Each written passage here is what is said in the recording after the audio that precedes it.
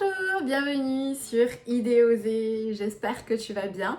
Donc j'ai fait une première vidéo concernant le vlog sur le doctorat et mes premiers pas. Et là j'avais envie de te faire une vidéo un petit peu plus structurée sur, comme l'indique le titre de cette vidéo, sur tu es en première année et tu sais pas par où commencer. Donc bienvenue au club. C'est vraiment pas évident de faire ses premiers pas en thèse, et quelle que soit la discipline, que tu sois en sciences humaines, que tu sois en physique, en mécanique ou en mathématiques. Je veux dire, humainement parlant, l'expérience de la thèse, c'est relativement particulier, et surtout quand on débute. Et j'aime vraiment cette notion de premier pas, parce que tu sais pas forcément là où tu atterris, tu connais pas vraiment le monde de la science, de comment ça fonctionne, des publications, etc. Donc moi, vraiment, je suis en train d'apprendre. C'est un apprentissage, donc aussi je voulais vous dire, rassurez-vous, c'est une étape par laquelle on passe, et je crois qu'en fait pendant tout le temps de la thèse, c'est qu'une phase d'apprentissage. Et heureusement, on a des capacités de plasticité, notre cerveau peut s'adapter, et du coup, ça va vraiment être une aventure, je dirais, que d'apprentissage. Donc après, il faut se mettre dans le bain, et je vous avoue que c'est pas forcément simple, en tout cas pour moi, parce que ça devient un décalage. Je venais de sortir de mon master et je croyais que j'avais appris à minima certaines choses. Et là, ensuite, on tombe dans le doctorat et on est comme un poussin qui sort de sa coquille. Et en fait, on se rend compte que ouais, on a tout à apprendre. Donc voilà, je voulais vous faire cette vidéo qui va être un peu plus structurée en termes d'idées que je souhaite vous partager et qui, je l'espère, vous aidera. Donc la première idée que je souhaitais vous partager, c'est finalement c'est quoi être doctorant. Donc en fait, être doctorant, je me base sur les quelques recherches que j'ai faites récemment pour répondre à mes propres questions et que j'ai envie de vous partager. Du coup, je suis sûre que ça peut aider d'autres personnes. Être doctorant, en fait, c'est une personne qui va donc être dans la démarche de devenir chercheur. Donc enseignant-chercheur, c'est encore autre chose. Mais déjà, le doctorant, c'est une personne qui va être dans l'apprentissage du métier de chercheur.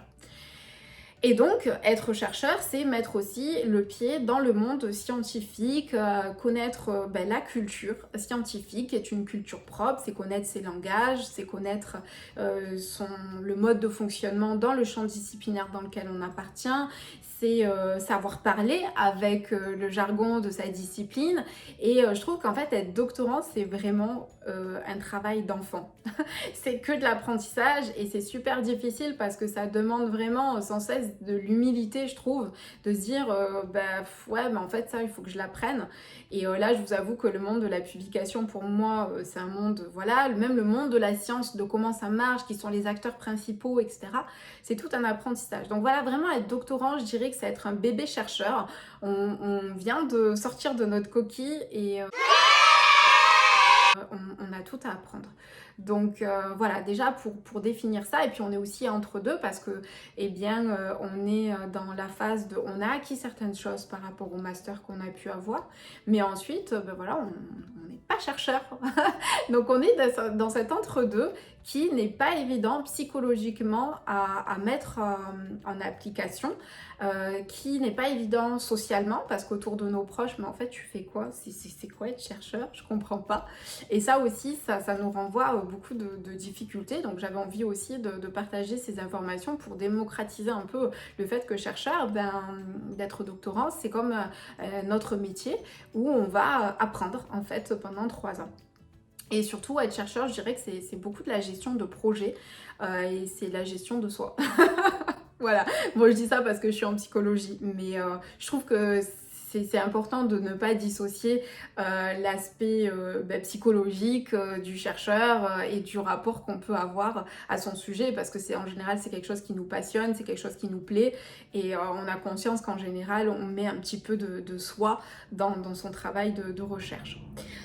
Ensuite, le second point que je voulais aborder, c'est finalement, ça consiste en quoi notre travail de doctorant. Alors moi, c'est les questions que je me suis posées et je me suis dit que je ne dois pas être la seule sur cette terre à m'être posé ces questions. Donc si vous n'avez pas forcément trouvé, j'espère que ça pourra en tout cas vous aider. C'est que finalement, notre travail consiste en tant que doctorant, à pouvoir mettre en fait à partir d'un point A et en fait à aller à un point B. C'est comme sur une carte et en fait on va devoir partir à l'aventure. Et j'aime bien cette métaphore-là. Et en fait pendant ce laps de temps, ben, ça va être à nous de cheminer. Et surtout, je dirais, le plus complexe, c'est qu'en fait, vous allez partir d'un point A à un point B, mais la carte n'existe pas. C'est vous qui allez devoir créer cette carte pour pouvoir vous déplacer et puis pour arriver à vos objectifs. Donc je dirais qu'en fait, j'aime bien cette idée, parce que j'adore le voyage, que la thèse est un réel voyage, à la fois intérieur, à la fois géographique et à la fois social, parce qu'on va rencontrer vraiment plein de gens, plein d'aventures, des sympas et puis des moins sympas. Je dois avouer que là, je suis remplie d'enthousiasme parce que je suis au début de ma thèse. Je pense que, mon enthousiasme va peut-être ça me nuire avec le temps, mais en tout cas, j'espère vraiment, j'ai vraiment l'envie de pouvoir rester dans cette stabilité émotionnelle, de voir ma thèse comme une aventure et comme quelque chose d'enrichissant et de pas trop rentrer dans les clichés que le doctorat c'est que de la dépression et que de la souffrance. Alors je ne nie absolument pas qu'il y en a de la souffrance et qu'il y a du mal-être, etc. Mais en tout cas, de mon point de vue et personnellement, j'espère pouvoir rester dans quelque chose d'aussi positif jusqu'à la fin et que ça puisse m'entraîner quelles que soient les difficultés. Mais ça reste mon choix personnel. Donc notre travail consiste vraiment à aller d'un point A à un point B, de construire cette carte et de pouvoir à la fois gérer notre emploi du temps personnel, gérer notre emploi du temps prévisionnel, gérer les événements, gérer les rencontres avec les personnes, sans cesse se poser des questions. Je dirais que l'art du doctorant, c'est de l'art, du chercheur aussi, c'est de se poser des questions.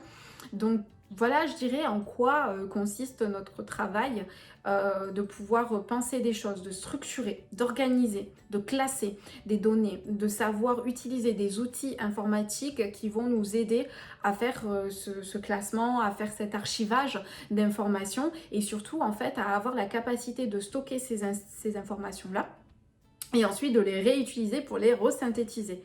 Donc voilà, moi ce que j'ai appris en tout cas de mes courtes recherches. Ensuite, l'autre élément, c'est comment s'organiser. Alors ça, moi qui suis passionnée par l'organisation depuis X temps, je vous avoue que même là, avec tout ce que j'avais pu apprendre, je me suis dit, ok, comment je gère ça? Parce qu'en fait, je trouve que comment s'organiser, c'est la question la plus complexe parce qu'en fait, et c'est là aussi où c'est des questions assez interculturelles, c'est finalement de savoir comment tu gères à la fois ta vie professionnelle, qui est donc le doctorat. Comment tu gères ta vie personnelle avec ta famille, quand est-ce que tu les appelles, quand est-ce que tu vois tes amis, quand est-ce que tu fais des sorties, enfin bon, même si là, au vu du contexte, les sorties, voilà, mais quand est-ce que tu vas balader, quand est-ce que tu vas prendre du temps pour toi, pour ne rien faire, pour lire, pour te détendre, pour regarder des séries, voilà, et en fait je trouve que c'est très difficile d'envisager dans une vie au quotidien ces 4 aspects-là qui finalement peuvent des fois venir se manger les uns sur les autres ou que tu peux complètement oublier certaines choses. Notamment moi, j'oubliais beaucoup avant de me détendre parce que pour moi le travail c'était le nerf de la guerre. C'était une erreur d'ailleurs, je vous en informe, mais on apprend de ses erreurs. Donc voilà, comment s'organiser, je trouve que c'est vraiment complexe. Donc moi ce que j'ai trouvé comme organisation, c'est vraiment déjà de faire des bilans réguliers. Vous faites déjà une planification à la semaine. Ensuite, chaque jour de la semaine, vous allez faire le point sur vos avancements, etc. Parce qu'on ne va pas se leurrer. Moi, c'est pas ce que je faisais avant. Pardon, il y avait dans ma tête, je construisais ma semaine et je devais coûte que coûte tenir cette semaine-là. Sauf qu'en fait, c'est pas possible. Je n'arrivais pas forcément à bien structurer tout ça et à le tenir sur 7 jours puisqu'en fait il y a des aléas, il y a des événements, etc. Donc vraiment j'ai appris de mes erreurs et ce que je recommande, et d'ailleurs je serais ravie que vous partagiez aussi vos tactiques, ce que je recommande c'est vraiment de pouvoir poser sa semaine. Et ensuite chaque jour on va venir faire un point sur ce qu'on a fait le précédent jour, ce qu'on veut faire cette journée, ce qui va être le plus important, si on a des formations, si on n'en a pas. Ensuite, quand on a fait le bilan par semaine, je recommande qu'on fasse des bilans par mois et qu'ensuite on pose aussi des objectifs par mois et en fait on fait le bilan et on voit si on a atteint nos objectifs. Et ensuite, on fait des bilans trimestriels également. Donc, chaque trimestre, on fait le point sur notre projet de thèse, etc. Et ensuite, en dehors des trimestres, faire donc le bilan à la fin de la première année. Voilà ce que je recommande. Et en fait aussi de ne pas trop penser à sur 3 ans et de vraiment penser étapes et décortiquer. Et c'est vraiment là où j'ai été contente finalement de me rendre compte que c'est vraiment de la gestion de projet, mais que c'est aussi une belle analogie avec la vie parce que des fois on veut voir trop loin, enfin je parle pour moi, on veut voir trop loin alors qu'en fait c'est vraiment au jour le jour qu'on va faire des petites actions qui vont donner de grandes rivières comme on dit.